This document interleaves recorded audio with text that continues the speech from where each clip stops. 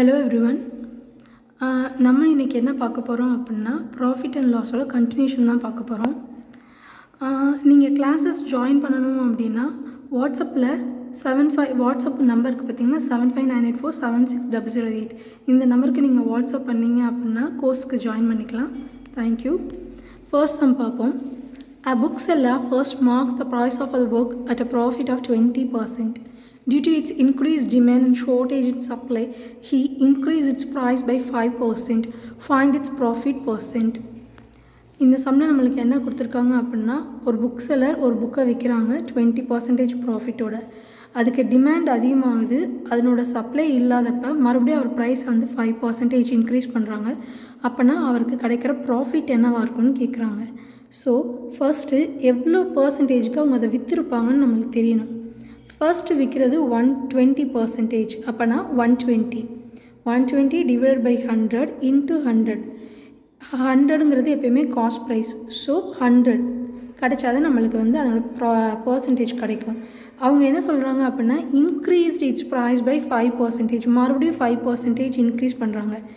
அப்படின்னா புதுசாக அவங்க 5% இன்க்ரீஸ் பண்ணுறப்ப அவங்களுக்கு ப்ராஃபிட் எவ்வளோ கிடைக்கும் அப்படின்னா இதை ஒரே இதில் போட்டுடலாம். என்ன அப்படின்னா 100 இன்ட்டு 120 டிவைட் பை 100 இன்ட்டு 105/100 இதெல்லாம் சப்ஸ்டியூட் பண்ணோம் அப்படின்னோம்னா நம்மளுக்கு வந்து 126% கிடைக்கிது. 126%ங்கிறது வந்து அவங்க புக்ஸ் விற்றதோட கிடைக்கிற பர்சன்டேஜ். அப்போனா ப்ராஃபிட் பர்சன்டேஜ் எவ்வளவு?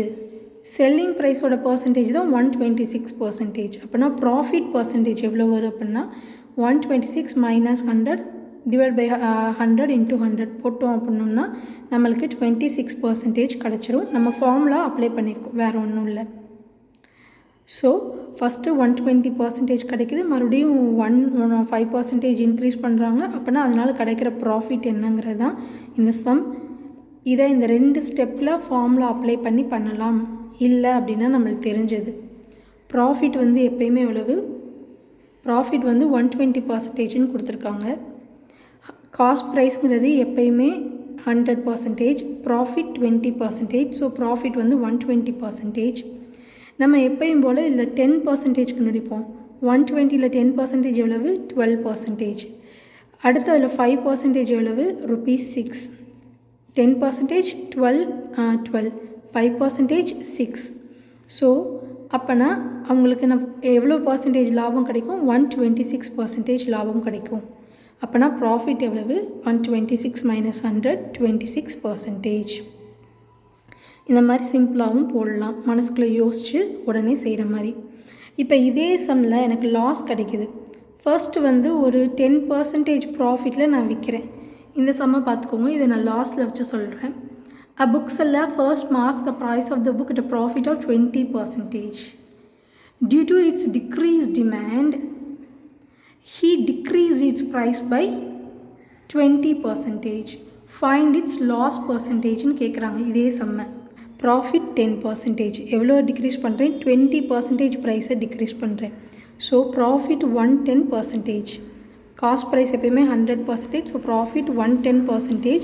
அப்போனா 20% வந்து 20% ஆஃப் 110 அப்படின்னா 22%. அப்போனா 110லேருந்து 22 நம்ம மைனஸ் பண்ணணும். அந்த சம்மில் வந்து ப்ராஃபிட் 120யோட 6 ஆட் பண்ணணும். இந்த சம்மில் வந்து லாஸ். ஸோ 110லேருந்து 22 மைனஸ் பண்ணுறோம். மைனஸ் பண்ணால் எனக்கு 88% கிடைக்கும். அப்போனா 100 மைனஸ் 88 12% என்னோட லாஸ். நெக்ஸ்ட் சம் பார்ப்போம். A man sells 4 tables which equals its 6 tables cost price. Find it profit percent. ரொம்ப சிம்பிளான சம், ஒரே லைனில் முடிஞ்சிரும். அதே மாதிரி தான் அதனோட சொல்யூஷனுமே. நான் 4 டேபிள்ஸை வந்து ஒரு மேன் வந்து செல் பண்ணுறாங்க, விற்கிறாங்க. அந்த 4 டேபிள்லேயே அவங்களுக்கு 6 டேபிள்ஸோட காஸ்ட் ப்ரைஸ் வந்து கிடச்சிருதுங்கிறாங்க. அப்போனா அது எவ்வளோ ப்ராஃபிட் அவங்க ஏர்ன் பண்ணுறாங்கன்னு கேட்குறாங்க. அப்போனா செல்லிங் ப்ரைஸ் வந்து 4 டேபிள்ஸுக்குரியது, காஸ்ட் ப்ரைஸ் வந்து 6 டேபிள்ஸுக்குரியது. என்கிட்ட இன்னும் எத்தனை டேபிள்ஸ் இருக்குது? 2 டேபிள்ஸ் இன்னும் என் கையில் இருக்கும். அப்போனா இதை வச்சு நம்ம ப்ராஃபிட் பர்சன்ட் கண்டுபிடிக்கலாம். அப்போனா 4 டேபிளுக்கு 2 டேபிள்ஸ் எனக்கு இருக்குது அப்படின்னா 6 டேபிள்ஸ்க்கு எவன்கிட்ட எவ்வளோ இருக்கும்? 3 டேபிள்ஸ் இருக்கும். இது ரொம்ப சிம்பிளாக சொன்னால் 2 tables of selling price equal to 3 tables of cost price தான் நம்ம ஃபஸ்ட்டு கண்டுபிடிக்கிறோம். அப்போனா 6 டேபிளுக்கு இன்ட்டு 3 டேபிள் இருக்குது, எனக்கு ப்ராஃபிட்டாக என்னால் ஏர்ன் பண்ண முடியும் அப்படின்னா எவ்வளோ பர்சன்டேஜ் அப்படின்னா 3/6 × 100 50%. இப்போ இதை ரொம்ப சிம்பிளாக சொன்னோம் அப்படின்னா காஸ்ட் ப்ரைஸ் எவ்வளவு, செல்லிங் ப்ரைஸ் எவ்வளவுன்னு போட்டுப்போம். அது ஒரு ரேஷியோவில் போட்டுப்போம். 6:4. அதை சிம்பிளிஃபை பண்ணால் 3:2. இதனோட டிஃப்ரென்ஸ் எவ்வளவு? 1. இந்த 1ங்கிறது தான் வந்து எனக்கு கிடைக்க போகிற லாபம். எதுக்கு? 2 இந்த செல்லிங் ப்ரைஸ் தான் நான் எடுக்கணும். ஏன் அப்படின்னா நான் அந்த ஒரு டேபிளை நான் விற்கிறேன் அப்படின்னா இந்த செல்லிங் ப்ரைஸோட என்ன அமௌண்ட்டுக்கு நான் விற்கிறேனோ, என்ன அமௌண்ட்டுக்கு சேல்ஸ் பண்ணுறேனோ அதில் தான் நான் விற்பேன். அப்போனா இந்த 2க்கு 1 எனக்கு கிடைக்கிது. அப்போனா 1/2 × 100 அப்படின்னா 50%. Next sum. A woman sold a box of apples for rupees 5,500 at a profit of 10%. If she had sold it for rupees 3,500, what would be its profit or loss percent? இதில் ஒரு விமன் வந்து ஒரு box of ஆப்பிள்ஸை விற்கிறாங்க. எவ்வளோ ருபீஸ்க்கு அப்படின்னா 5,500 ருபீஸ்க்கு விற்கிறாங்க, 10% ப்ராஃபிட்டில். அதே இதை வந்து அவங்க 3,500 ருபீஸ்க்கு விற்றுருந்தாங்க அப்படின்னா அவங்களுக்கு ப்ராஃபிட் கிடைக்குமா லாஸ் கிடைக்குமான்னு கேட்குறாங்க. அப்போனா எனக்கு செல்லிங் ப்ரைஸ் கொடுத்துட்டாங்க, ப்ராஃபிட் இருக்குது, நான் காஸ்ட் ப்ரைஸ் கண்டுபிடிச்சிடலாம். காஸ்ட் ப்ரைஸ் எவ்வளவு? 5,500 / 110 × 100 போட்டோம்னா என்னோடய காஸ்ட் ப்ரைஸ் நான் சப்ஸ்டியூட் பண்ணேன்னா 5,000 ருபீஸ் எனக்கு வருது. இது நம்மளுக்கு பார்த்தாலே தெரியணும். காஸ்ட் ப்ரைஸ் 5,000 இருக்குது, நான் 3,500 ருபீஸ்க்கு விற்றா எனக்கு என்ன கிடைக்கும் அப்படின்னா கண்டிப்பாக லாஸ் தான் கிடைக்கும். அப்படின்னா 5,000லேருந்து 3,000 மைனஸ் பண்ணுறோம், 1,500 வருது. அந்த ஃபார்முலாவில் தான் நம்ம சப்ஸ்டியூட் பண்ணுறோம். 1,500 / 5,000 × 100 அப்படின்னா எனக்கு 30% வந்து லாஸ் கிடைக்கிது. Next sum. Madhavan sold a book at a profit of 12%. If he had sold it for rupees 2 more, he would have gained 16%. Find its cost price of the book. Madhavan வந்து ஒரு புக்கை வந்து விற்கிறாங்க. எவ்வளோக்கு அப்படின்னா 12% ப்ராஃபிட்க்கு விற்கிறாங்க. இதே இது வந்து அவங்க 2 rupees மோர் அந்த புக்குக்கு கூட 2 ரூபா அதிகம் வச்சு அவங்க விற்றாங்க அப்படின்னா அவங்களுக்கு 16% லாபம் கிடைக்குங்கிறாங்க. அப்போனா அந்த புக்கோட காஸ்ட் ப்ரைஸ் என்னன்னு கேட்குறாங்க. ஸோ இங்கே நம்ம ப்ராஃபிட் வந்து ஃபஸ்ட்டு 12%, அடுத்து 6%. எனக்கு எவ்வளோ ரூபா கூட கிடைக்குமா? 2 rupees கூட கிடைக்குமா? 16% வேணும் அப்படின்னா அப்போனா 12லேருந்து 16% போகிறதுக்கு எவ்வளோ கூட வேணும்? 4% கூட வேணும். 4% கூட கிடைக்கிது. அப்போனா இந்த 4% தான் இந்த 2 rupees. நான் 2 rupees அதிகம் படுத்துகிறப்ப எனக்கு 4% கிடைக்கிது. அப்போனா 100%க்கு எவ்வளோ ருபீஸ் எனக்கு கிடச்சிருக்கும் அதுதான். அப்போனா காஸ்ட் ப்ரைஸ் ஈக்குவல் டு 2 rupeesங்கிறது 4%. அப்போனா 100 எவ்வளவு? ₹50. சப்ஸ்டியூட் பண்ணால் நம்மளுக்கு கிடச்சிரும். இது ரொம்ப சிம்பிளாக மறுபடியும் நம்ம போடுறோம்னா 4% 2 rupees. அப்போனா அது 100%ஆக மாற்றுங்க. எப்படி மாற்றலாம்? 4 வந்து 8, 10 அப்படின்லாம் இல்லாமல் ரொம்ப போகாமல் 4 20 மாற்றுங்க, 20 100 மாற்றுங்க.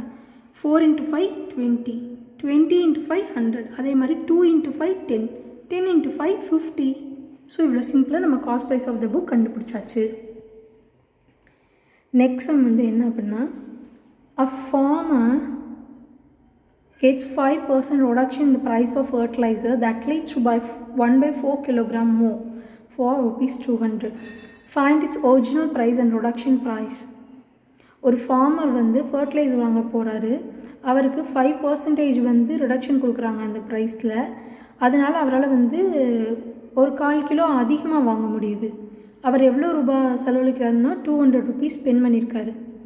அப்போனா அந்த ஃபர்டிலைசரோட ஒரிஜினல் ப்ரைஸ் என்ன, ரிடக்ஷன் ப்ரைஸ் என்னன்னு கேட்குறாங்க. எப்போயுமே ஹோலாக தான் எடுத்துக்கணும். ஹோல் அப்படின்னா 1 தான் அர்த்தம். ஸோ ஃபஸ்ட்டு ரிடக்ஷன் ப்ரைஸ் கண்டுபிடிச்சிடலாம்.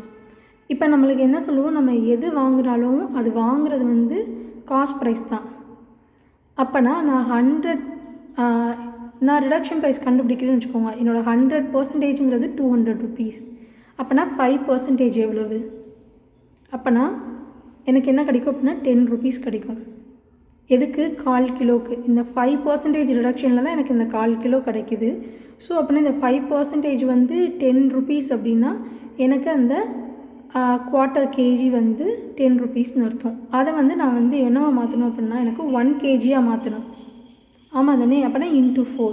அப்போனா 10 × 4 40 ருபீஸ். 1 கிலோகிராம் ஃபர்டிலைசர் வந்து அவர் 40 ருபீஸ்க்கு வாங்கியிருக்காரு அப்படின்னு அர்த்தம். அப்போனா ஒரிஜினல் ப்ரைஸ் என்னவாக இருக்கும்? இந்த 40 ருபீஸுங்கிறது வந்து 5% ரிடக்ஷனில் வருது.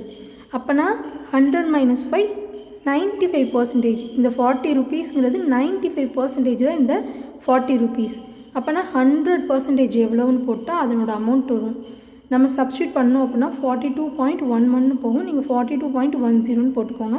இதுதான் அதனோட ஒரிஜினல் ப்ரைஸ். உங்களுக்கு இந்த சேனல் பிடிச்சிருந்துச்சி அப்படின்னா நீங்கள் லைக் பண்ணி சப்ஸ்கிரைப் பண்ணிக்கோங்க. அதே மாதிரி நோட்டிஃபிகேஷன்ஸ்க்கு பெல் பட்டனை கிளிக் பண்ணிக்கோங்க. உங்களுக்கு இந்த கிளாஸஸில் ஜாயின் பண்ணணும் அப்படின்னா ஆன்லைனில் ஜாயின் பண்ணுறதுக்கு இந்த நம்பருக்கு வாட்ஸ்அப் பண்ணுங்கள். தேங்க்யூ.